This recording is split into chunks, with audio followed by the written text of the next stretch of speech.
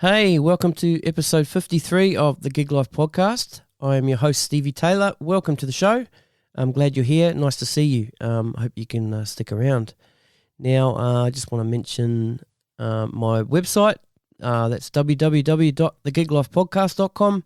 Go check that out. It's got all the episodes on there, all the social links, the ways to share the podcast, all the different ways that you can listen to the podcast.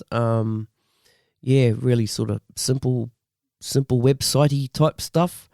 So, go check that out. Now, the last couple of weeks have been pretty cool. A couple of weeks ago, myself, Johnny Adams, Dave Ferry, Kerry Buchanan, and the great Louis Shelton recorded the sessions for the Gig Life podcast Spotlight Jeff Porcaro episode. Now, if you don't know who Louis Shelton is, go Google that guy, man. You know, he was part of the Wrecking Crew, and he's played with Lionel Richie, and he actually played on the Silk Degrees album for Boz Scaggs with Jeff Porcaro. So it was a real trip talking to him. Yeah, I think you're going to enjoy that episode or episodes. That's enough of my waffle for today. Yeah, sit back and enjoy this episode. So, right, cheers. Catch ya.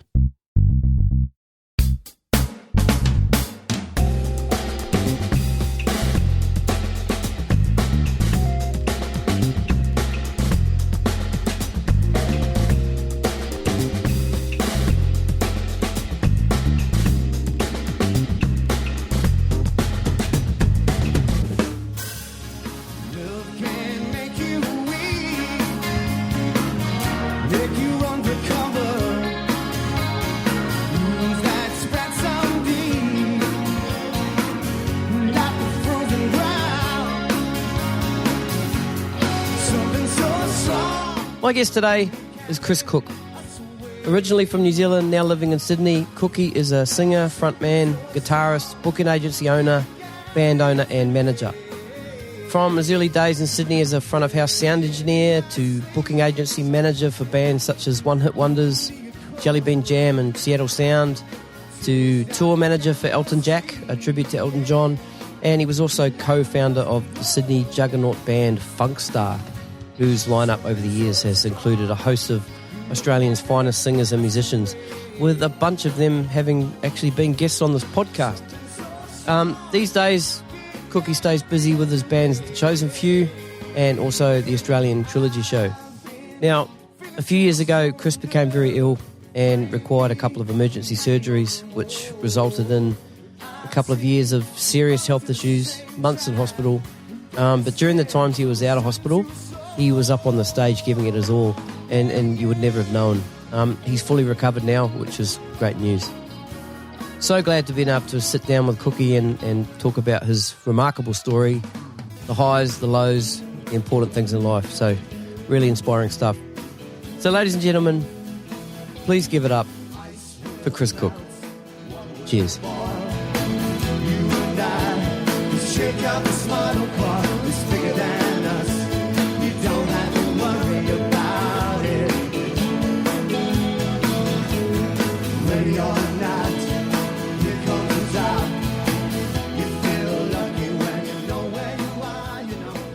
All right, I think we're rolling. Chris Cooke. I think we're rolling. Cooke, how are you, man? Good, bro. Yeah, nice. I've made it. You've made it, man. Thanks for coming out to my studio. Thank you for having me, mate. Pleasure. Been looking forward to meeting you. And Likewise. Yeah, You do a great job. Thank you, man. Yeah. So before we sort of dig into the nuts and bolts of things, the couple of things or the few things that you're currently involved in is The Chosen Few. Yep. Which is one of your bands. Yep. The Australian one of the cover bands. Yep. And Australian Trilogy Show. The Trilogy Show Concepts, which is Australian Trilogy is the one that's been rolling for the last year or two. Yep. Tribute, yeah. Yep. And you also have your own agency. Well, yeah. Little boutique agency that I've had running for the last sort of 10 years since I left Southbeat, one of the other sort of agencies that were running covers for years. Yep. Still going too? Southbeat still going? Yeah, they're still going. Yeah, they're doing the thing. Yeah, yeah. So how did the Chosen Few thing come about? Or do we need to delve back? No. I mean, basically, I'd stopped playing for about 5 or 6 years. whilst I was at Southbeat, I was still playing there and managing bands and booking bands and it was pretty full on there for many years and this is back in the heyday too. Yeah, well, this is 95, right? And I think I left there 2006, 2007, something like that. I played in a couple of early Southbeat bands. Yeah. Circus Animals called Chisel Show. Okay, yeah, I remember them. Yep, absolutely. I think Harding was the... Harding might have been, or Dale, actually. Dale Jenner might have been the agent for that. Maybe you're right, yeah. And the other one was the A-Team. With Clay. With Clay. Yeah. Okay, I remember all that. Yeah. Well, I was... initially doing a lot of the tribute bands, booking all them, but then I was the agent I was One Hit Wonders agent and Jellybean Jam's agent with Andy Karyophilus there. Did a thing called Retromania, which was a 80s concept there. We did that for 4 years. We did, we ended up doing something like 800 shows with that band over a short period, which was great. So I had a roster of 15 to 20 odd acts that I was responsible for, and the agency at that time had, we probably had about 70, 80 bands. There's a lot of acts there we had there. Yep. And probably 40, 50 venues back in the heyday there when there were a lot more venues, obviously. You know. So I actually. I was playing and being an agent and managing bands and put a few bands together, FunkStar being one of them, which became a bit of a monster in its own right. Yep. And then I ended up I lost my parents during that time. They both sort of died in a short space of time, and I kind of lost my mojo a bit for a while, and I ended up leaving the agency and sort of... Sorry, were your mum and dad still in New Zealand? Yeah. Yep. Yeah. And I kind of, just sort of... had to take a bit of a sideways step, and I just took a couple of bands that I owned home and just sort of bowed out for a little while. And I actually stopped playing. I was just basically being the agent and managing and stuff. And I stopped playing, stopped performing. So for probably 6 years. And then 2013, I just sort of woke up one day singing and just thought, well, I better do something about this. And so it was like, pick up the bat phone and call the call the old boys back and get them involved and put a band together and we did and kind of got off and running again with that, and which that keeps them busy. I'm still doing solo stuff and duos and whatever there is, you just go and do the gigs, and the Chosen Few is something that's busy when it wants to be, and then we do the other shows around all that sort of stuff and. That's where all that kind of spawned from. Initially, that was with Mark Marriott, drummer, Footy Show house band, and from the Nevilles, the Footy Show band, the Nevilles. Yeah. So I had him in a chair for a while doing that, which was a good thing. And my mate Joe, who's still with me today with that band and with the Trilogy Show and the bass player. And then a bunch of everybody. Dave Schleishman was drumming with us for a while there. Schleishy, cool. Yeah. And he's on a thing now. He's on a great thing. Man, they're killing it with absolutely. that 80s show. Oh, you can't go wrong with that stuff. Literally can't go wrong. Yeah. I was saying to him, I mentioned something to him a while back, and I said, look, I noticed there's a few of those 80s shows starting to sort of copy or do their own thing, but he says, we got the special ingredients, he says. Yeah. Well, they've got good support, good management and backing, and they've spent money on it, and that's what you got to do. Yeah. And they've done well. And what's great about their thing too is they really focus on their social media as well. Absolutely. The content. You have to. Showing pictures of that really old 80s memorabilia stuff and little shots of movies and stuff, and you get real nostalgic. It engages. You want to go and watch an 80s show. Absolutely, it's fantastic. And you want to dress up and do the whole thing. Yeah. I mean, we're finding that even with Australian Trilogy. It's which is Oils, Guru's, Credit House, a little bit of Split Ends, which people get a bit annoyed about because it's not Australian. It's all good. But we get the same thing. People are like, it's taking us back to the 80s, and we play a lot around the Shire and well, we play everywhere, but the Shire seems to be a little bit of a stomping ground for us. And right, everyone... So just talking about the Shire. So apart from the Carrying Bar, yep, and there's the bowling club there, and what other venues? Yeah. Well, sort of got there in the Gaimea Hotel. The Gaimea Hotel. We play at the Cronulla Golf Club. Right. And we do the Brass Monkey every so often, which is a great intimate room, as you probably know. And, we've sold that out a few times, which, it's not really hard to do when it's such a small room. But, you've got to have the right sort of show for it. We're actually doing New Year's Eve there. This year? Coming up this year. Oh, great. Yeah. And, there's still, there's Menai and there's, there's still a few of the hotels doing stuff, but there's Cronulla. The Cronulla hub is actually pretty good for entertainment. Yep. There's all sorts of stuff going on. I mean, Northies, it's still Northies is what it is. Yep. It's still got 3 or 4 nights a week of solos, duos going on in there, and they've got the DJ in the club there, and there's plenty going on down that part of the world. as well. I'm pretty sure that's still going. That's still doing what it does. Yeah. So it's awesome. It's happy down there. Cool, man. All right, man. Let's throw back to the beginning. Right. So you're born in New Zealand. Yeah, yep. Born in Auckland. Yeah, born in Auckland. Yep.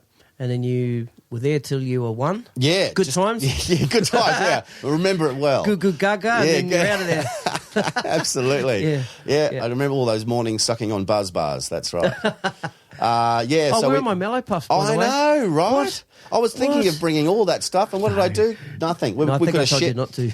we could have shared a can of L&P. Yeah, sweet. So my dad moved he got transferred with his job down to Wellington. So I moved. I sort of did my early childhood down there, and then I became a drummer. As we were just chatting upstairs about that. And funnily enough, we've established you and I both had the same drum tutor. Yeah, right, Mr. Norman Gadd. Gadd, from the Norman Gadd. What he used to call us? I can't remember what it was. Percussion studio. Percussion studio. Yeah. He was one of the lead percussions with the New Zealand Symphony Orchestra. Yeah. 30 odd years, I believe. Yeah. Well, yeah. I don't know whether he's even still around. No, he died. Okay, 2012. Right. Oh, that's a shame. Okay, yeah, you obviously looked that up. Yeah, I did. Yeah, good work. Yeah. Well, I've always been fascinated where my old teachers are up to, and I actually linked up with another one of my old teachers who I'm chatting to in a few weeks. Yep. Lance Phillip, his name is. He's from Wellington as well. Okay, right. He used to travel up from Wellington to Masterton once a week and teach me at school. Right. So we've just reconnected now. So he's going to be on the Small show world. soon. Oh, great. Yeah, perfect. Yeah. So we're talking a little bit about Norman. Yeah. He was a hard ass man. He was a taskmaster. I was there for probably 12 months. Yep. And like we were saying, never got to sit in his drum kit. No, we just looked at it and just want to get and hit that kick drum once just to feel it. Yeah. And I remember that drum kit it was an old Remo drum kit, and it was like veneer finish. Yep. Sabian sound control cymbals. Yeah, real deal and stuff. They're always there to hit, and you just stand at my snare drum while he sat down there in his little look and drool. Looking and drooling at it. Yeah, that's right. Your left hand's a little weak. You haven't been practicing. Well, that was it. We'd walk in with our practice pads, and it would be paradiddles and 4-stroke roughs. That's and it. Read those beats. But the one thing I got was I did learn all the rudiments. Yeah, it was very good. Which is great. Yeah. Yeah. But and like I was saying to you, I was probably 14, 15, 16, something like that. Yeah. I didn't really want to practice, I used to, because we used to drive, my dad used to, after work, we used to drive from Masterton to Johnsonville, which is probably about an hour and a half, hour, 45 minutes on a Tuesday night. And, Dad would just either sit in the car or go around up to a mate's place while I was in there. And God knows how much it was costing them. But we would come home and I wouldn't really practice, because at that age you just want to. You just want to my bash. friends exactly. Just smack the drums. That's right. Yeah. So I played drums for a little while, and school bands and all that sort of stuff. And What was your musical influences? What were you listening to? Oh, back then, well, God, this is Fleetwood Mac and cool. Tom Petty, and I was a big lover of all the Aussie bands back then, even but still a lot of the rock and roll stuff. My dad was my dad was a guitar player. He was in a band called the Del Rios. Yeah. Back in the day there, but playing around Auckland. So it was all that kind of rock and roll stuff that was always played in our household. And he used to play alongside, Ray Columbus and the Invaders and, all that sort of cool stuff. So, yeah, an array of different stuff. But when we moved to Auckland and, again, school bands and whatever, and I was still playing. Still playing drums? Still playing drums, yeah. But I would always have a sing, right? I could fudge my way through on guitar and whatever, but I was the drummer. And then got involved with a band, and I met a guy where I had a day job, and I was working there, and they were from West Auckland, and they'd already done some recording stuff with their original band, and so I got playing with them, and we did demos and all that sort of stuff, and I'd play drums on the demos, and then nothing came from it. Then out of the blue, we got a deal with Pagan Records to do a single, and we didn't have a singer, so I ended up doing the recording for the single and playing drums, and then all of a sudden, here's me, in front of the mic singing the tracks. And I sort of became, that was my transition into becoming sort of a singer from there. Right. And we did a good amount of shows around the country and did some good supports with, Hello Sailor and Dave McCartney from the Pink Flamingos and all those sorts of acts, and a little bit of airplay with BFM back then, if you remember BFM in Auckland there, and what was it called, 2ZM, which was like that Triple M network back then. Yep. So this is early mid '80s, I guess.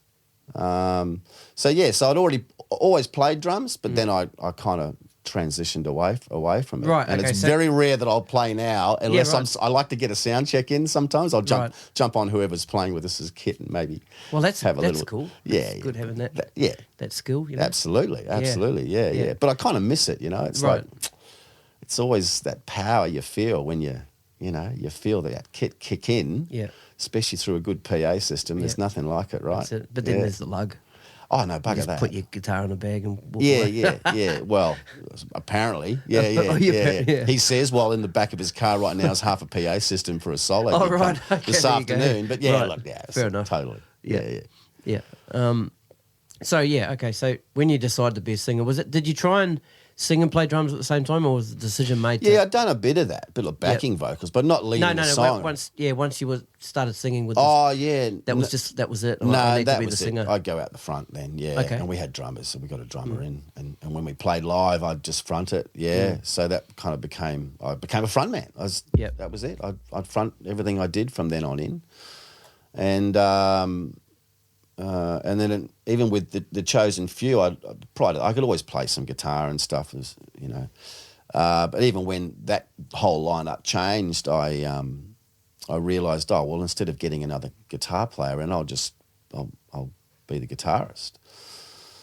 So I've worked pretty hard at sort of being able to do that now, and I wouldn't say I'm a fantastic guitar player, but I'm absolutely, I'm good enough to do what I need to do, and you're doing a lot of it. So absolutely, doing all of it, absolutely, fantastic. Totally. So that's always good, being able to do it all, and certainly a bit more cost effective as well, Yeah, of course, so, definitely, yeah. So okay, so when did this So what was the name of the band that you got the deal with to do the single? So before I joined, as I joined, they were called Chinese Eyes. Yep. Which is a bit of a play on words, and actually became the Lonesome Cowboys. Okay. Is what the band actually was called. Mm-hmm.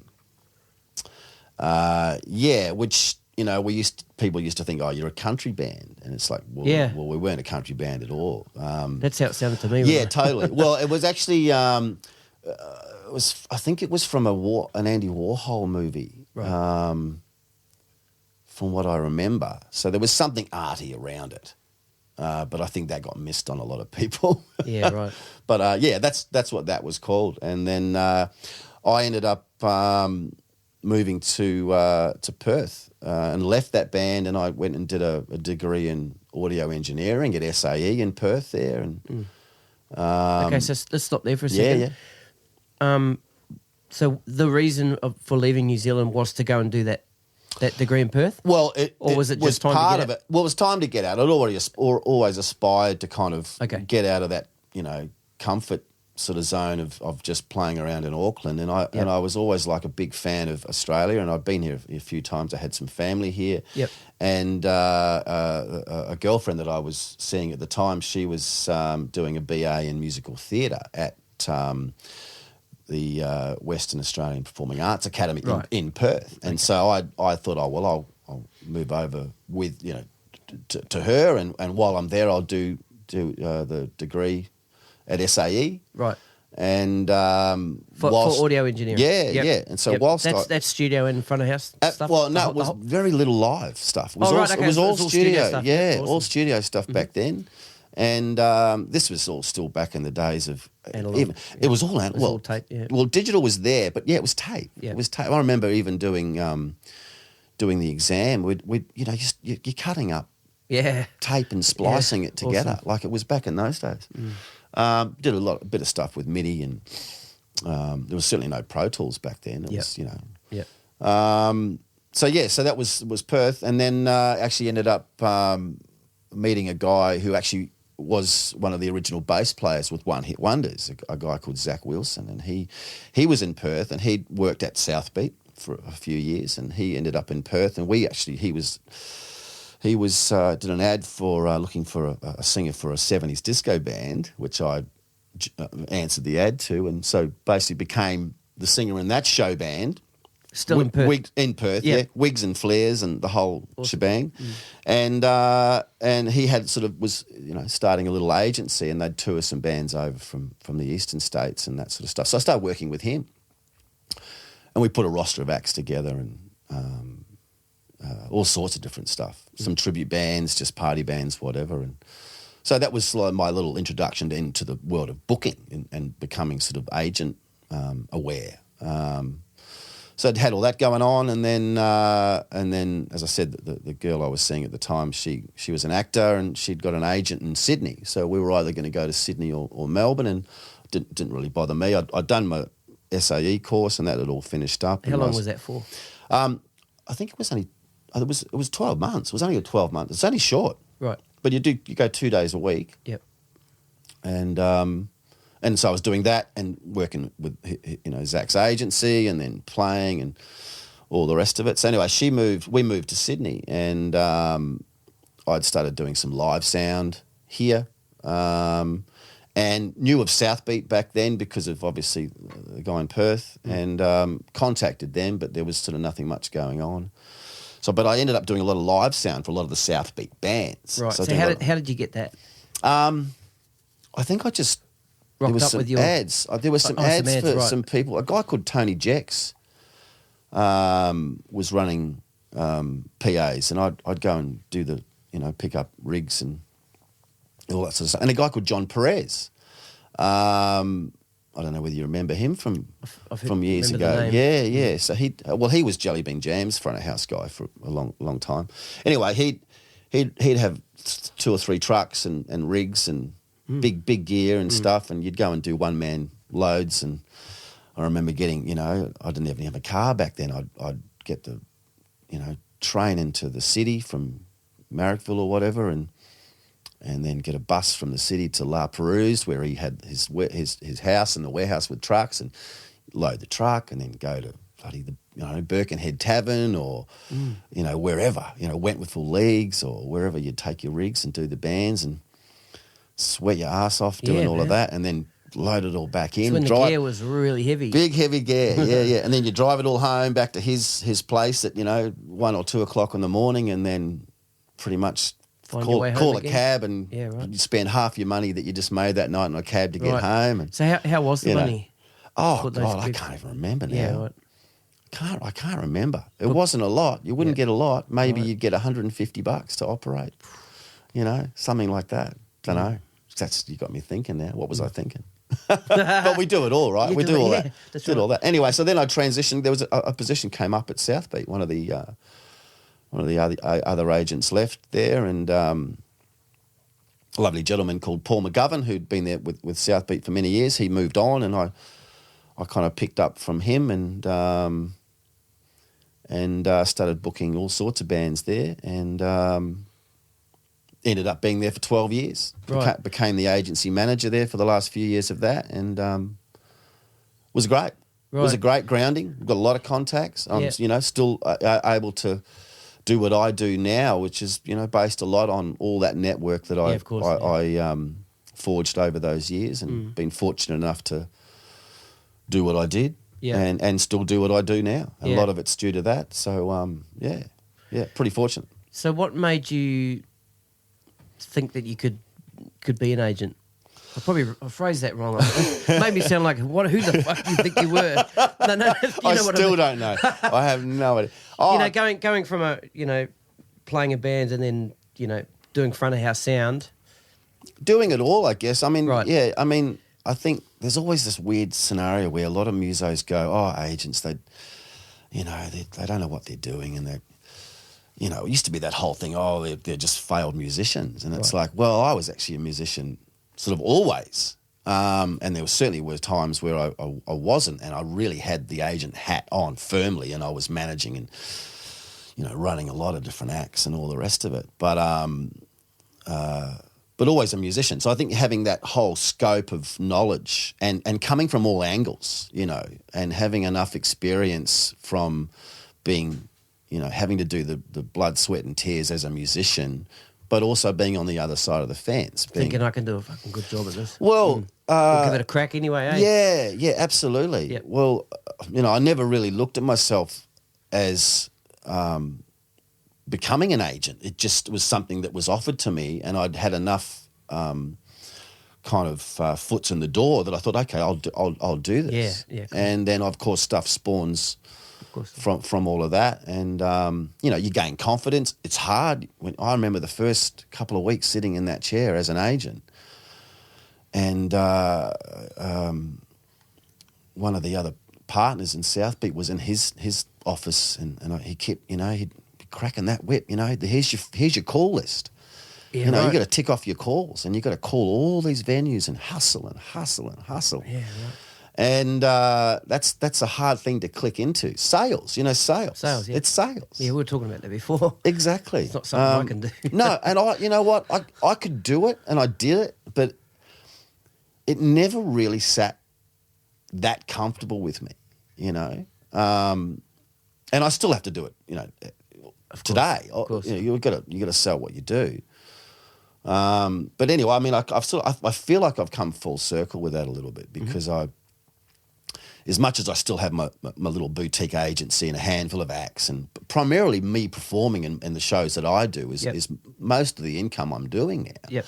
There's a bunch of other stuff, annually, some corporate clients, and there's a few things that I'll do, and there's a few other bands and stuff I'll look after and whatever. But ideally, it's me playing, and I've simplified it now. When you're working for yourself, you can simplify it. Yep. I think the whole being in a big agency and you're responsible for so much. It's quite a unique person that can cope with that, and I did do it, but I definitely got burnt out after many years. All right, so who were some of the bands you were looking after, and what were what were the challenges? Well, apart from having to tick off your call list, yeah. Well, you're dealing with a lot of competitors. There was back then. They're still around today. There's the Sphere organisation. There's Peak Promotions. There's still a lot of these agencies still out and about doing what they do. But you're competing. You've got a big roster of acts, and you've got other agencies with big roster of acts too, and you're all trying compete for dates. And the big thing back then was venues. If you had a lot of venues, well, then, you had a lot of power. Right. But with that power would be pressure to maintain those venues. Well, and especially if you're looking after so many other things, your eyes aren't always on. Well, this is true. And then people would just come in the back door and you're gone, Well, that will never change. Yeah, right. That's going to always be there, and that's I think just business. Right. But you're right. You got to have good acts. You got to service the venues. You got to be all things to all parts of it. Yeah. Which I think Southbeat as an agency were, and we were good at. Back then, we were good at putting shows together, and so you had managed concepts and a lot of good players and good promotional material. And again, even this is before Facebook days, and this is when a lot of stuff was still hard copy. I mean, we'd do mail outs by the hundreds of printed bios and cassettes still. I remember and then also having to ring in your gig guides as well, like ring them up or fax them through to the Daily Telegraph and cross or drum media. You open drum media and that's Well, the drum media was pretty much the Bible for an agent. Yep. So you'd sit there with the drum media with your highlighter pen. Yeah, well, that's how I got into Circus Animals called Chisel Show. There you go. I just saw it because I was playing in a original band. Yep. And I just saw this ad. Yep. And I think it said Cold Chisel Show, at the time I probably only knew KSAN. Yeah. There you go. Yeah. So I rang up and booked the time for this audition, and then just woodshed. I don't know how many songs. Yep. And went played it, and got the gig, and it was awesome, man. But see, there's the ads. You see, there was those back 2 pages of the drum media where it's like I said, it was the Bible go-to for anything going on. Yep. And then, of course, like I said, with the gig guides, you'd send the gig guides in, and then you'd wait there and go, well, is it going to get in the gig guides? Oh, right. Because it was a lottery a lot of the time. Oh, if your gigs got into the gig. Yeah. Shit. Now, of course, we would have. I mean, even with me, with some of the acts that I owned and managed at the time, we'd spend a fair bit of money annually on ads, like gig ads, or here's the next run of shows for this band or so they'd kind of favour you a little bit if you'd spent money, because they were free listings. They were all free listings. It used to. And with you saying that, I do remember seeing quite often it was the same. Bands. And I mean the agencies would, I think they'd kind of favour those because it was run right. Instead of them getting 20 or 30 or 100 bands every week send 1 gig in or 2 gigs in, an agency sending a printed out list of 300 gigs. Yep. So they just pretty much cut and pasting that, I guess, or maybe they were data entry typing them. I don't know how they did it back then, but I mean nowadays, well, as we know, it's a lot more quicker and simpler to do everything like that. You know? That's it. Facebook's its own agency, it is, right? Isn't it? It is. Yeah, but it's getting harder and harder to get your stuff seen on Facebook. Getting the traction, much content. Without having to pay. They got those algorithms sorted, man. Oh, totally. Yep. Absolutely. It's proven, I mean, I'll do a bit of that for some of our shows, and you time them and you structure them and you have the content and you get your right demographic and your locations and it does. It works. Yeah. Mm. Yeah. But you got to know what you're doing. Yeah. That's the hard thing, right? Yeah, it is. Yeah. Now, you got a bit ill a few years back. Do you want to talk about that? I did. Oh, no, absolutely. Yeah, okay, cool. Yeah, no problem. Sorry, I had to ask because thank you. I've asked people before and they've started talking about it and then they've said, no, I don't want to talk about it. So. Yeah, no, more than happy to share all that. It was, a pretty horrific kind of couple of years of some plumbing issues. And a couple of near-death experiences and some pretty severe surgeries and but I got out of hospital for the last time February last year, and I had a few times before that with many weeks in hospital, and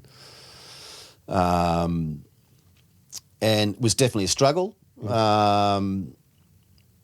don't know, this, a lot of people might not kind of understand a lot of this, but I actually ended up having what they call an ileostomy bag. You've heard of people having colostomies, and where you got to have your bowel redirected for a period of time. Well, that's what happened to me. I actually ended up having a perforation, and it required these emergency surgeries. And so I had this ileostomy for, ended up being nearly 2 years. And the first time around on that, you normally have that for 6 months, and they go and they do what they call a reversal surgery of that, where while everything downstairs is healing,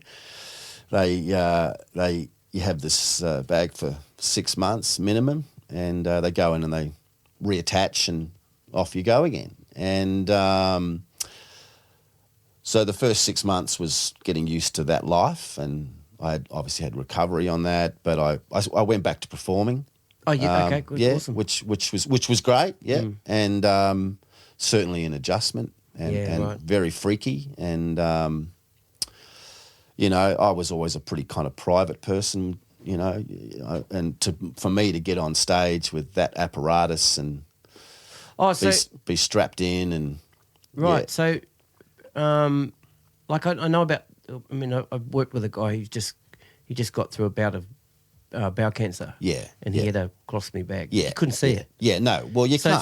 Same thing. Oh, same thing. Okay, right. Because when you said getting used to, I just imagine you standing there with a guitar with this. No, something hanging off. Oh, it's exactly the same okay, as it's the other. It's the colostomy is for your lower bowel, your large bowel. The ileostomy is for your small bowel, and it's on the other side. So it sits on the side where your guitar would sit if you're a normal sided guitar player. And it attaches to you, and that's how you sort of deal with all of that. But I understand. But getting used to actually performing with that, I wouldn't eat on show days. I'd just basically have vitamin Bs and drink a lot of fluids, and hope to God I wouldn't get a leak during the show, which actually never happened, which I was would always be incredibly paranoid about. So that was a pretty trying time. The guys around me with the Australian Trilogy Show were amazing during that, and I had a lot of help. And my partner at the time, she was an enormous help. She'd drive me to shows. She'd help me lug the gear. She'd plug in pedal boards for me because it was hard for me to bend over, and just. But as soon as the lights would go on and the show would start, a punter would have no idea. You just turn it on, you click into performance mode, and off you go. The build up to all of that show day stuff would be a bit weird for me, and I'd lose the plot a few times, and what am I doing? Obviously I'd work. I was working. I had to bring in the money. That's what that was, and I think I'm grateful that I did that. I was grateful to myself that I did that, because I think if I was just to sit at home and do nothing, or just be the agent and book and whatever, I would have gone insane with it. But so the first 6 months, went in after that and had what they call the reversal surgery of that, and that was okay. But actually, 10 days later, it failed. The reversal join of the bowel actually failed. Fuck. So had to go and have another open surgery, and they had to do the same thing again. So I had to go around for another time with this bag, and that was like, what's the headspace there? Can't do this again. Can't do it again. But had a lot longer recovery. The second time around was a lot more rough than the first time, and just the way that the whole ileostomy was not as good as the first time around. So it was a lot more of a struggle. But you get back up on that horse, and you go and do your shows, and a bit more adjustment and whatever. But, I kind of got through that and was just always focused forward, because, a lot of people go through those issues and they'll lose faith. And when it comes to plumbing stuff, bowel, whatever, it's, unless you've experienced it, it's very, very hard to comprehend how difficult it actually is. Just personally, it's difficult to talk about. There's not a lot of support around. You get a bit of support from the therapists at the hospital and bits and pieces, but mine wasn't cancer, and touch wood, and very, very glad that and lucky that it wasn't a cancer-related issue. Right. Was a thing called diverticular. So mine was over many years. I had some issues with that, and then one day the part that had the issues decided to rupture. Fuck. So if you've got any of those, all of my advice to anyone. This is all supposed to be about music, but we've gone into other sides. Well, the reason I have asked, and we're talking about it, and you've basically said it, is the fact that you still played. Absolutely. And the show must go on. And the show must go on. Yeah. And for 95% of the punters out there that are watching you play have no idea. No. And no. And people will be quick to judge if someone is to make a mistake on stage. But you really don't know what that person's going through at that time. You have no idea, and this is what ended up. And this is with everybody. That's right. That's right. Yeah. And good on you for talking about it. I appreciate it. Well, again, it's like I've got nothing to hide on that, and it's actually empowering for me now to actually discuss it, and awesome. and actually. I know there's other people that have had issues or have issues or may have issues in their future.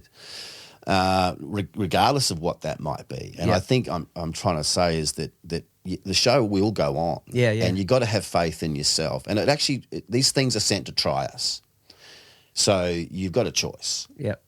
Take it on, and focus forward. Yep. Take a deep breath and get on that horse and keep going, or you don't. Now we all know what happens if you don't. Now don't get me wrong. I had certainly many times of wanting to give it all up and just stay in my room. And I did have to retreat for a number of weeks before the second surgery because I just couldn't physically do it anymore. I just was getting too tired. Right. And now, a funny story how that all came to be is we were playing at the Gaimea Hotel with the Australian Trilogy Show, and Mark Marriott, who I mentioned before, the drummer and great friend, he... after that show, I remember we loaded out, and he said, "Oh, look, before you go, I just want to see you for a second." So I'm out of the car, and sort of my partner at the time, she'd packed the car, and next minute Mark comes up and he kind of goes, "Look, hey," and all the other boys in the band there are with him, and I'm like, "Oh, okay." And I was waiting for the whole, "Oh, look, we're all leaving. We can't do the show. We're not going to do the show. We don't want to do it anymore. You're shit." Oh, right. Like literally, right? Yeah. And it was nothing like that at all. It was purely Mark going, "Look," and he was speaking for himself, but it was pretty much what the other guys were feeling too. He just said, "Look, Cookie, we can't watch you suffer anymore." And like you said, on stage, no one would have any idea. I'd have a little bit of restricted movement sometimes. Yeah. And I'd have to hold my guitar out away from my side. Which probably looked fucking cool. It looked it was, I tell you what, I got cramp. I got a big cramp. And of course, I'd go from electric guitar to acoustic. Now, acoustic guitar sitting on top of this thing, the vibrations was like, well, that puts another whole spin on vibrator. It's very weird and not in a good way, So... anyway, Mark said, "Look, I just can't watch you do it anymore. So I'm stopping." And I kind of broke down and and then I realised what he's saying. And I said, "Thank you." Because what that said to me is, it's time to stop. Yeah. And just let the next, and that was, I think, 7 or 8 weeks before I had to go in for this next surgery. Mm-hmm. So it was pretty much the tap on the shoulder, just down tools, let yourself get right and go into this next phase of surgeries in the best condition you can be. Because I was going to hit the wall. And I was going to hit the wall big time. So even today, I every time I see Mark, it's like, well, God, mate, you kind of... saved my life. You saved it. You saved a lot of self-destruction and all the rest of it. So that was that. And then went in for the next surgery, and it was another open cut surgery. A lot of the other ones, they can do laparoscopic, but it was, so I've been opened up 3-4 times, and it's, they did that. And then the crazy story is that it actually failed again. Oh, fuck, man. But only failed in a sense that the join of the bowel had just a slight diversion, slight little leak, and they weren't going to operate again. So it was pretty much nil by mouth for 60 days. I had a feeding tube. They put a line in your arm. It feeds you this liquid, and it's like a high protein liquid, and to keep you alive. But you couldn't even drink water. So 55, 56 days nil by mouth, and then it was literally we did CT scan after CT scan and just check how things are going. And then my surgeon said, "Look, we're just going to get you eating, and we'll see what happens." It was one of those ones, because the last thing they wanted to do was go back and open me up and go round again with this damn thing. So subsequently, it was all fine in the end. I got out of hospital on the 1st of February last year for the last time, and took it real easy, but got back to gigging. Yeah. Was terrified to eat for weeks and weeks and weeks and weeks. I can imagine. Kept thinking that it was all going to go wrong again. Lost a lot of weight, and then went the other way a bit. Kind of went, oh no, this is all good. So started to go, I'm going to eat bloody everything and bugger it, Yeah. And long story short, I'm good now. Everything's working the way it should. Awesome. And it's kind of slowly becoming my past rather than something that's been holding me back from doing a lot of things. And I said last year when I got out of hospital, I'm going to do everything I want to do as far as music now. And, I did a few little shows of stuff I've always wanted to do, and we've carried on with the trilogy shows and, the Chosen Few, whatever. And I got a little original thing I'm going to do. I got some songs I need to record, and I've got some of that stuff to get off my chest as well. So that's what I'm doing as well at the moment, and that's that phase over, right? Awesome, yeah. There you go. I made it. Yeah, good stuff. Made it again. Congratulations. Thank you, mate. Thank you very much. How long until you started playing again? So after that last one, well, it was a little while. Yep. And, of course, even during that, you're projecting forward on what supposedly was to be the perfect world where you know when your surgery is going to be. You go, okay, I'm going to do 6-7 weeks recovery. I'll book dates, Oh, right. for up to, how booking world works. It's Right. 6 months, 8 months, 12 months in advance. So I'd always go, okay, well, and that's a good positive way of thinking too. Well, yeah, instead of keep your going, focus. there's going to be something wrong, I better not do it. Yeah. But I always went, I'll do the bookings and blocks, and Yep. I'll give me something to work towards, right? Cool. Awesome. And I would. I remember just going, okay, well, I've got to be ready for here. Yep. There was a period when some of the stuff went pear-shaped that I had to cancel dates. And, yeah, absolutely, you just can't do them. You've got to cancel them. But I'd always gone, okay, well, so I think, so out of the February and I think, so March, April, I think maybe 7 weeks later, 8 weeks later, I did the first gig back. Yep. And was still a bit weak, and I had to keep a brace, like a Velcro brace around my gut, just to keep me supported. And Okay. but off and running, and you just sort of take it easy and build your strength up, and again, performance is amazing mindset in itself, right? Yep. Just the fact of getting on stage and doing what we do and getting in front of people is an amazing process in itself. But when you've come through an illness and that almost becomes a part of your healing, and like I said, you're focusing forward to that. And like I said, if I didn't have that in place and I didn't have those dates there to work towards, things might have been might be a bit different, Understand. So it didn't take a long time.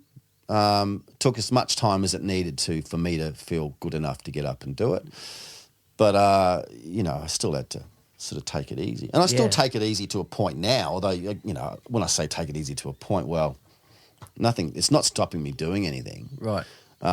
Anyone that's had any abdominal surgeries or any surgeries, you're wary of that part of your body. Sure. And there's still discomfort and pain. I get up in the morning and go, oh, yep, that's where those slices down the gut were. Yeah, right. You still feel it, Yeah. But, we're not 21 anymore, Absolutely. Yeah.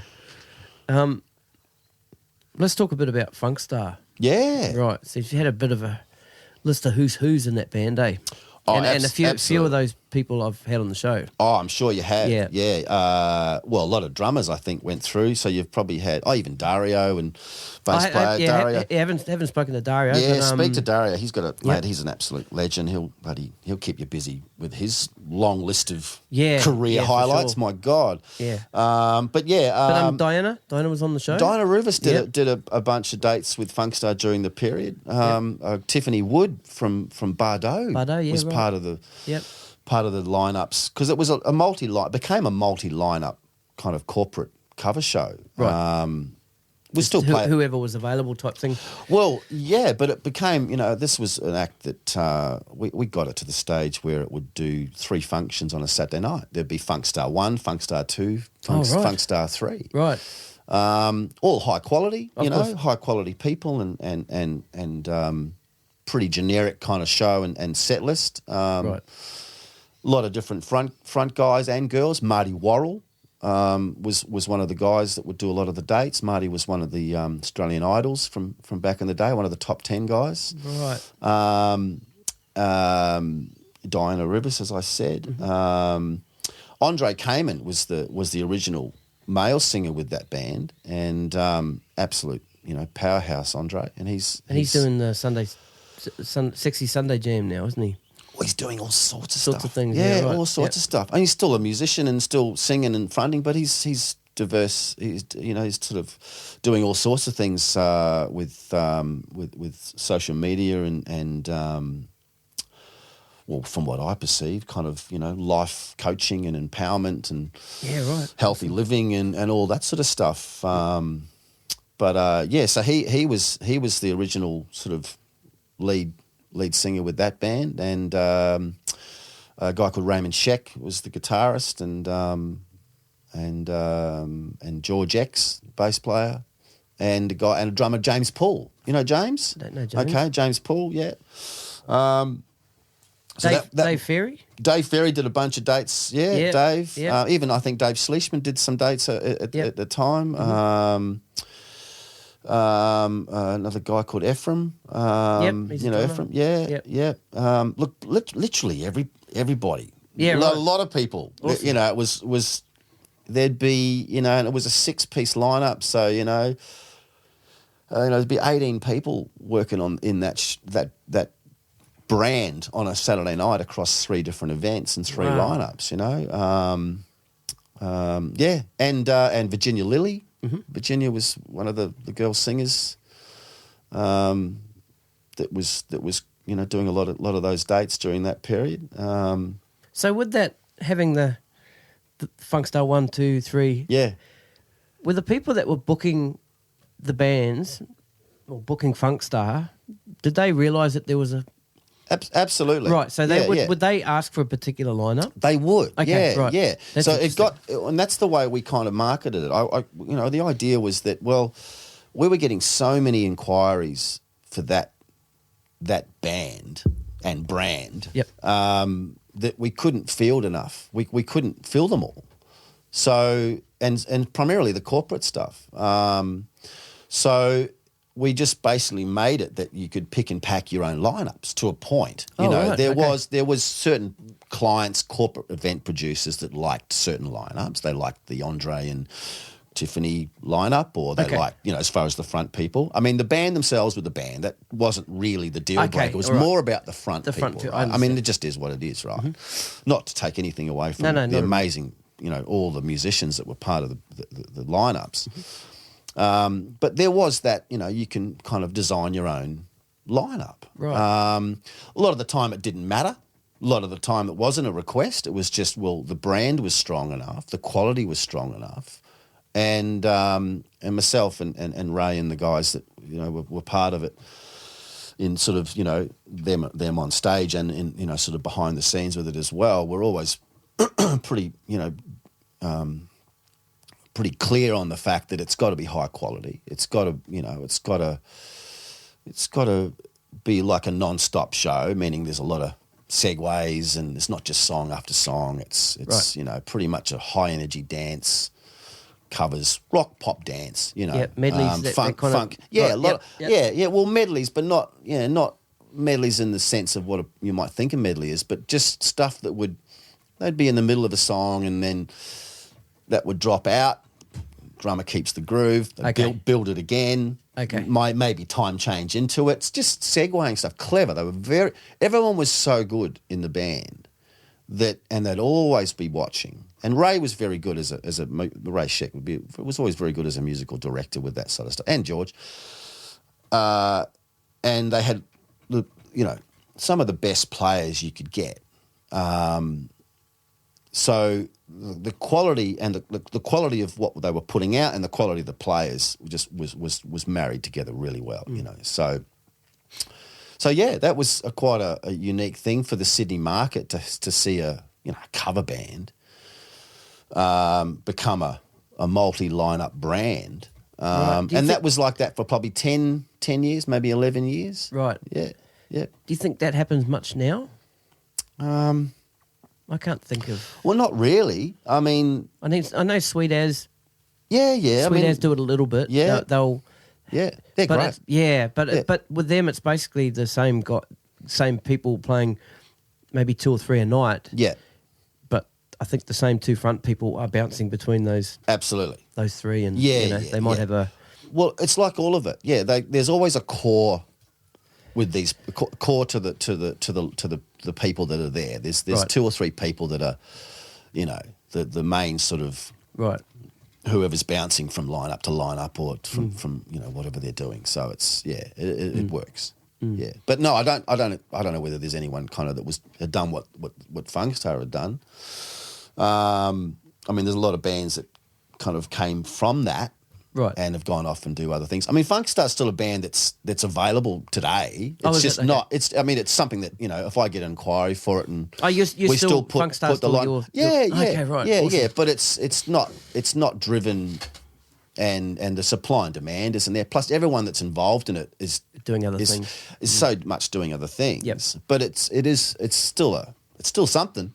Yeah. That's cool. But like everything kind of can run its course and life goes on and whatever. But And I guess, like you said, with these multi-line, even with this trilogy show concept that I came up with, it was not like FunkStar, but in the fact that you have a brand and a concept brand that becomes a multifaceted thing. So the trilogy show can be like, before I got ill, the idea was to run out Australian Trilogy, which was the tribute to the 3 acts I said, and then to do American Trilogy.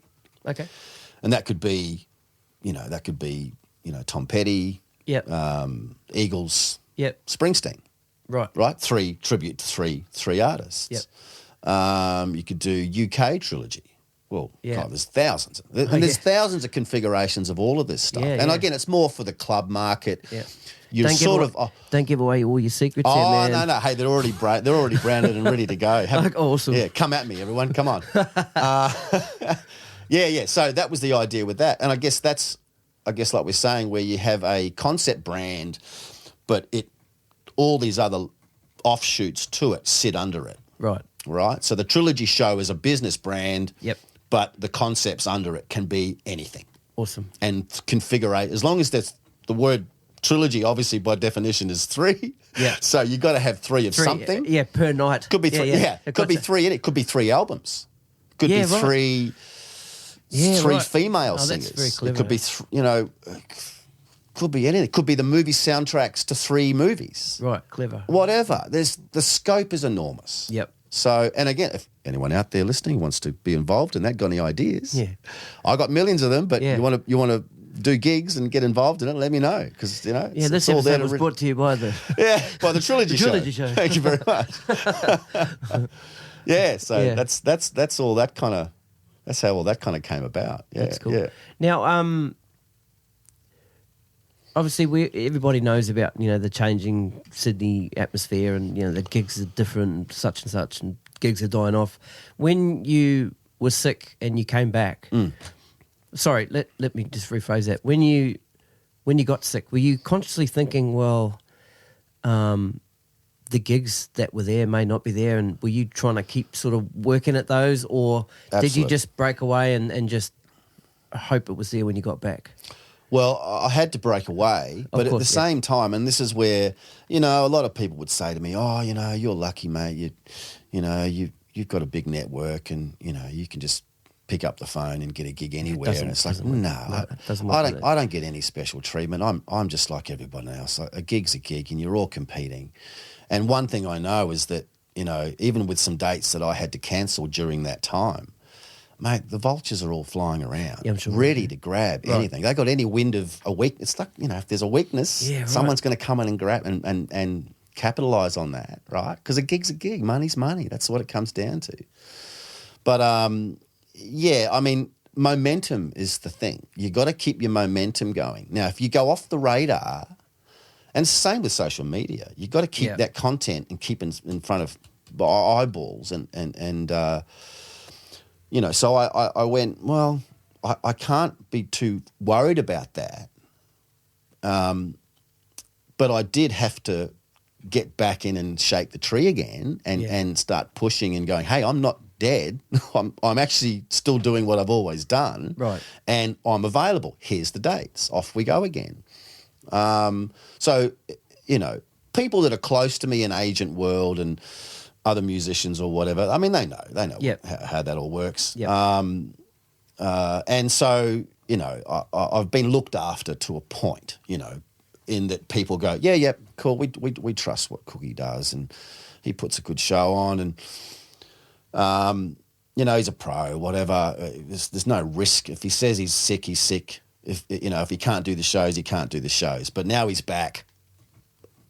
Testament is to, obviously what you can see I do as far as dates and whatever. Yep. I'm all right. I'm still working, and I think, like I said, people that know you know that. If people think they can capitalise because they think you've gone to ground, well, good luck. But you know what? I'll be turning up at the gig you just played at next week. Hello, still here. So it's that. Still, it's a dog eat dog world in the industry, right? But momentum. You got to keep that momentum going. And we're all getting older. And there's a new whole world of dance bands, younger demographic bands, R&B stuff, whatever. There's some that's a big market, mate. Players out there too. Oh, hell yeah! These young dudes, mate. There's a lot of great players. Absolutely. Yep. You performed a bucket list show with a set of Neil Finn material and stuff. So you want to talk a little bit about that? Oh, well, I just I'm a big, being a Kiwi and stuff, and melodically and whatever, I'm a big fan of Neil Finn. I'm a big fan of anything that Split Enz did, and obviously Crowded House and Tim Finn as well. But for some reason, I just had this kind of affinity with Neil and his material, and we do a lot of Crowded House stuff with part of the Australian Trilogy Show, which I enjoy doing. But there was a lot of material that I've always loved, and that doesn't really transcend into the pub sort of audience. Right. A lot of the ballads and a lot of the slower sort of cooler stuff that Neil does, and even some of his solo stuff and whatever. And so I just went, oh look, I want to do that. So we just did sort of 5 or 6 shows earlier this year with that, and it was really just for me. Just I want to sing some of that stuff, so cool. I did. That's great. Yeah. So while we're talking about Neil Finn, what are your thoughts on him and Fleetwood Mac? Well, I think it's amazing. I think it came out of left field for a lot of people. A lot of people scratch their heads and go, "What?" But it absolutely makes a lot of sense. But a nod to Lindsey Buckingham. Crikey, any time he's left Fleetwood Mac, they have 2 people replace him, 2 guitar players. Yeah, true. I mean, he's an absolute phenomenal musician. Yeah. And Mike Campbell from Tom Petty's band. I mean, again, perfect picker for that. And I think initially you kind of get your head around, okay, Neil, the more it kind of washed over people, I think there's staunch Fleetwood Mac lovers that are going to go, no. Yeah. Us Kiwis, we're going to go, hell yeah, choice, bro. Like that's perfect, And I'm going to go to the show coming up. Yep. At the stadium, whatever it is. And can't wait. I just can't wait it's quite surreal to think that, because we still look at, I mean, he's world renowned, but us Kiwis go, little Neil Finn, that's amazing, right? Yeah. So I'm quite interested, and I've watched a little bit of footage, and I think initially the first couple of promo shows that they put out, I thought, his voice maybe, I don't know. But I'm sure now he's got however many shows they've done so far on the world tour. Everything I'm sort of still seeing and hearing, he's just killing it, you know. And it's quite a unique marriage, right? You know, that Mick Fleetwood and Stevie Nicks went, let's look at Neil Finn, you know. What a great idea. Of all Stranger things that happen. Of all the people, eh? Yeah. Well, I mean, I don't know. Who else would you... I mean, I suppose there's millions of people you could think of. I can't write this minute, but... I mean, I mean, for me, but I'm not Fleetwood Mac, obviously, but I don't know. Do you think they'd maybe go with someone a little bit obscure? I don't know. Well, you look at it, right? I mean, look, so Don't Dream It's Over. So Crowded House, was it number 2? Went to number 2 in America? Or did it actually get to number 1? I can't bloody remember. Anyway, the Americans, you talk to an American today, they'd probably go, who? Yeah. Right? Yeah, exactly. No, there'd be a bunch of people would go, I remember that, or cool, Neil Finn. I guess I'm just thinking this from this side of the planet. Well, this is it. Yeah. So I think, you know, as far as the American market, I mean, UK's different, because as you know, Fleetwood Mac's, well, UK, American, are they? Are they a UK band? Are they an American band, right? And I think,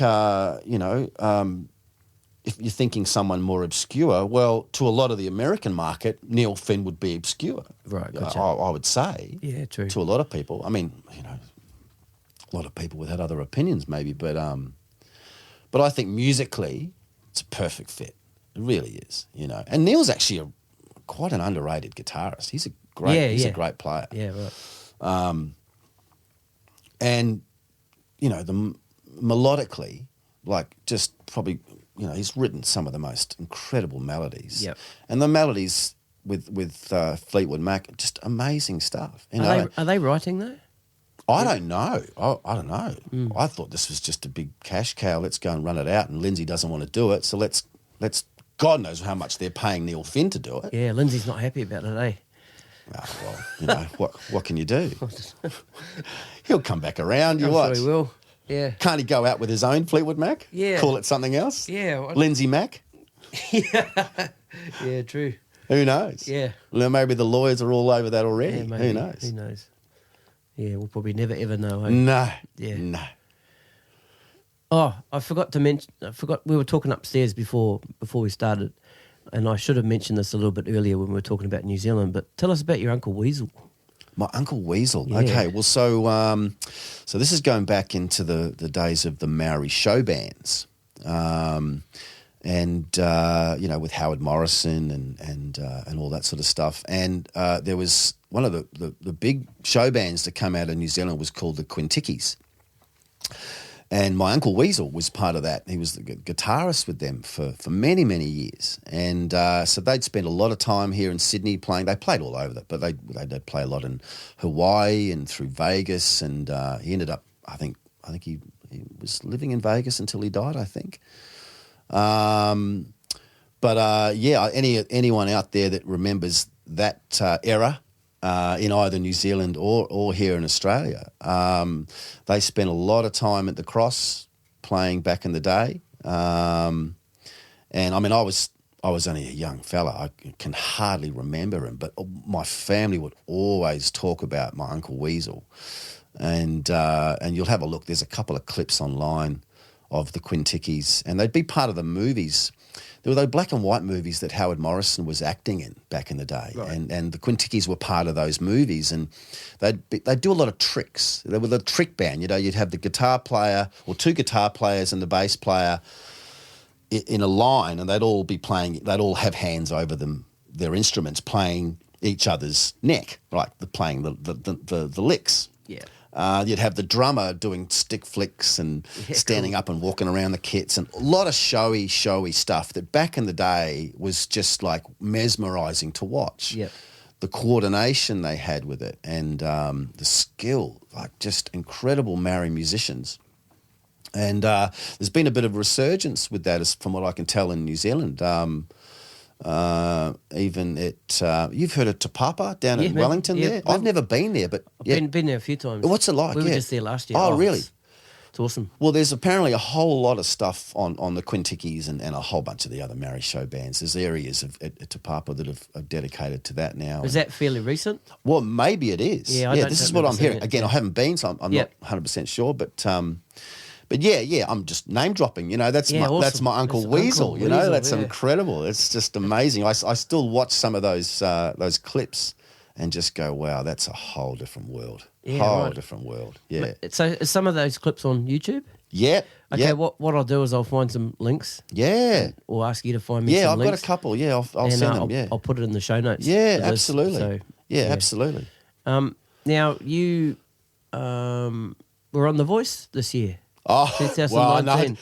No. Well, no, not on it. I got invited to audition, and I didn't make the cut for the on-air stuff, but was definitely flattered and proud to be part of the whole audition process. I got through the first 2 rounds and got called in to do the key check, which they then pretty much pick the cast to go to do all the on-air shows when they go and do the live shows, and had to do all the the backstory and film a day in the life of and all the rest of it. But I didn't make the final cut of it, but was just a nice part of my kind of recovery after the couple of years I had to go in and have a little taste of how that all kind of goes. And that's cool. And whatever. And I haven't heard too many stories about the people that haven't gone on to the on air. Okay, Plenty of stories about the the people that do. That have, so, yeah. Well, it was it's a big machine. That's a big machine. That whole company that does that, and great people still part of it. Scotty Applin, the musical director, he was always one of the first go-to keyboard players with FunkStar back in the day. Oh, right, okay. So we kind of, still sort of, we ran into each other at the audition. He was nice enough to come out before I went in to do the second run and through in front of him and all the producers and stuff, and said g'day and that. And it's a big machine, machine. And again, I mean, it's a TV show, it's definitely a singing show still. A lot of people will probably argue about that and have their opinions about that. But I tell you what, you can't deny Diana Ruvas. Oh, man. Awesome. I'm such a fan of hers. Yep. She's an incredible vocalist. She's awesome. And that's the essence of the show. And that's, I think, that's what maybe got lost a little bit. Yeah, absolutely. I think a lot of people have said, and I've said it, that the public got it right. Yeah. And I voted. Yeah. Well, there you go. Voted, There you go. Yeah, absolutely. Yeah. Absolutely. So, good on her. And that's an amazing story. And she's, even doing the whole comeback thing, she got close those couple of years earlier or whatever. And well, I mean, she was on the podcast November last year. Yeah, right. And we talked about her first crack at The Voice. Well, she would have been right in the middle of to be doing all her pre-records.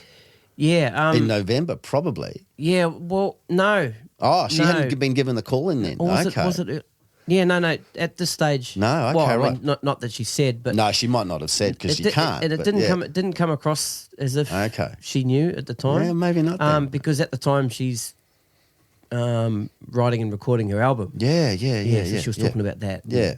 Looking positive to the future and that, absolutely. That kind of thing. Well, look, I mean, she's going to go on and do great things. Yeah. She's already done a lot of great things, but this is going to hopefully kick all that up into another gear. And and another is Natasha Stewart. I spoke to her. Well, Natasha, another amazing story of survival there and struggle with what she had to go through. Mm-hmm. Another one of the FunkStar crew. Oh, right, awesome. A lot of date. In fact, very early on when there was, Andre that was the main singer, Natasha was pretty much when we brought a girl in, it was Natasha. Yeah. So she did hundreds and hundreds of gigs with FunkStar. Awesome. The most beautiful girl, Cool vibe. Just so humble, such a great vibe. Yeah. And amazing to see her on the show this year. And, just a phenomenal talent, Amazing stuff. Yeah. Cool. So I might go back and audition again. I don't know. I'll see. Yeah, that's good. They always say, come back. I mean, look, you just do it because you can. And if you get asked, well, why not? Go and have a sing. And yeah. So what was your biggest takeaway from this time around? I think preparation is a big part. I was in the middle of moving house and my life was upside down and was going in to do these auditions and I think I was a bit overtired. Oh, here's me trying to make excuses. No. I mean, look, your story, certainly had a backstory that probably would have fitted what the producers might have built out of it. I could have probably done it slightly different. I could have approached the audition a bit different. I hadn't auditioned for anything for years. Yeah. So what I've taken away from that is, okay, shit, this is actually an audition. Right. Go away next time and actually approach it a bit differently. So what were you expecting?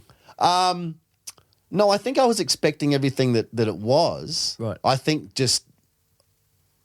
I just probably would have approached it myself a bit differently. Right, okay. It's quite difficult because they give you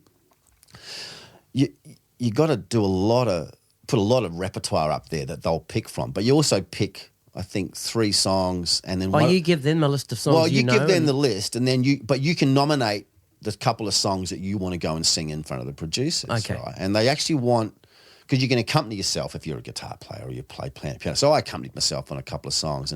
But then out of the list, they're going to throw at you something out of that. So you're going to be very careful what you put on your list because you might and you've got to put 50 songs on there. Oh, there's about a 50 song kind of rep that they might start to pick out. And then they're going to get an idea of the sort of singer you are based on what rep you're putting up online when you're doing your pre-audition process. Right. So you got to be prepared to, once they throw something at you, well, you got to throw that back at them, and right, because you're going to work on songs that you want to polish for your audition. So they do that on the spot. They can do. Okay, right. Yeah. I guess and again, don't get me wrong, I haven't done lots of auditions for stuff, but preparation is absolutely everything. I mean, they liked what I did. I think it's cast as a TV show. Sure, of course. I got some good feedback and got some tips and whatever. But again, they're casting it, so you got to fit the whole scope of story, look, style. It's quite a vast package they're putting together for a TV audience. You know, so. But I'll have another go. Why not? Yeah. Go and have a sing. Yeah, it must have been a trip being part of the machine. Just to have a look. Yeah. And I was like an old boy there. There's a few other us older guys there, whatever. Right. But just great to see the energy that they get out of you, and So they very positive. Are they? The crew, the producers, and all that. Just the whole thing. Yeah, I mean that's like I said, that's a massive machine that's been running for quite a while now. Yep. And they got very good people involved, and they're it's quite a high. I'm sure it's a high stress, high turnover production. Yeah. A lot of money involved, a lot of high end production. I mean, you look at the way they do those sets. Yep. And even just the pre-production with recording everything and. Yep. I mean the band. I mean, Michael Dolce playing guitar. Yeah. There's a lot of cool people. In that house band that are doing enormous amounts of work. Absolutely. Yep. Just speaking about Michael Dolce. Yeah. As of this year, he played all guitars on The Voice. Well, I was wondering whether there was a second guitarist. Usually 2 guitarists. Well, Chris Camzales had been there with them for a couple of years. Yep. And Daniel Marr. Yeah. I spoke to him a little while back. He was on The Voice last year. Yep. And they had a change in budget, and he didn't make the cut as second guitarist. Yeah, right. So Michael did the whole series, all guitars. So we talk about workload. Well, this is right, you know, and hundreds of songs. That's all the all the auditions, all the studio, practices and the workshops and rehearsals for live performances, and it's massive, far out, man. Well, like I said, Scotty Applin, who's the MD. Yep. I mean, he's there from day one. Yep. Going for the auditions going nationally. Right, he's there day one. Right. So there's him. There's Bryden Stace, the head vocal kind of coach guy. Right. And then a bunch of the other, producers. Yep. But Scotty's there, accompanying people on the fly. Right, working out keys, all that stuff. Absolute genius. Yeah. Right, and that's a massive, massive task. But this just shows you, right? Musicians, mate. The workload doesn't matter. Once you're good at what you do, they just click in and hopefully they're getting looked after, eh? Yeah, the money side of things. Well, I have no idea. No, I wouldn't have a clue. Well, I've got no idea. Yeah. But they're once the show's running, they're full time. Yeah, that's right. Massive production, and still going. I mean, I would assume that's going to keep running. There was talk of it, dwindling away in ratings and all the rest of it. Not after Diana winning it, I don't think. Well, who knows? It's got another leg now. Yeah. Well, I for some reason I thought it was contracted with ITV UK, but it's down here obviously, and then it's got to run a course of contract time. I mean, I don't know. I could be completely wrong. Right. But it doesn't matter. Any entertainment live on national television these days, whether you love it or hate it, at least it's on television and it's accessible. There's nothing else going on. You still got your Australia's Got Talent. You got the other shows and whatever, and they're great. Whatever you want to have your opinions of those things are, at least it's entertainment and it's on television and it's local content, right? Yep. So you can't go wrong. You shouldn't go wrong with it. There should be something on television at least once a week from somewhere in Australia that's live. I mean, there's no bloody midday shows anymore. There's no. You remember Steve? So even Steve Visor. Yeah. There's no. There's no countdowns. There's no Hey Saturday. There's nothing else. It's a shame. So I think those shows that are still running at least give us that content. But of course, it's an open book for all the haters to, throw mud at it and go mad on it, and Yeah. But hey, that's life, isn't it now? Yeah, it is. Yeah. Put yourself out there and prepare for it all. That's it. Now, what's the next 6 months got in store? 6 months. Well, I've just got gigs and gigs and gigs, basically. Great. Just keep working. The book's full? Yeah, it's pretty full, yeah. Off to the snow for a couple of shows week after next. Awesome. Go for a ski. Yeah. Hadn't skied for a couple of years when I was ill, obviously, and mad skier. So I can't wait to get down there and do that again. We went down a couple of weeks ago and did 2 gigs. These are just little gigs, just cover gigs, but gets me down there and gets me skiing for work. It's great, right? That's awesome. And just going to roll out a couple of these trilogy show concepts over the next few months and get those all rehearsed up and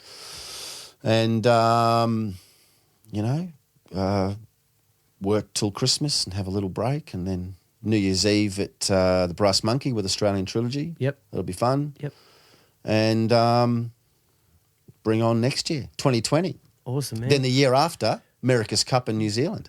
You going over? Oh, I have to go over. Okay. Mad sailing. You're fan. mad sailing. Oh, I love it, especially those catamarans. Yeah, awesome. Well, they're not cats this time. They're spaceships. Foiling. The foiling. Foiling. Yeah, spaceships. Yeah, they actually fly. They do. Fucking unbelievable. I get mesmerised watching it. Yeah. I love it. So I'm gonna work on some dates over there and do some gigs while I'm there. Oh, but great. really, just want to go over and just get out in the water and watch them and drink vodka. And good Kiwi wine. Yeah, that's it. And have fish and chips. Awesome. Sorry, fish and chops. Fish and chips. Yeah. Good stuff. All right, Cookie, thanks for being here with me today. Thank you, mate. Yes, Appreciate it. stoked to meet you and you too, man. hang out with you for a while. It Absolutely. was awesome. Been a big pleasure. I feel very blessed to be part of the team. Part of the team, Part the of crew. the team. Yeah. Very, very honoured. Yeah, very awesome, honoured. man. No, thanks again. You too, mate. All right, Thank bro. you. Take it easy, and we'll catch up soon. Cheer. Cheer, bro. Cheer, bro. Later.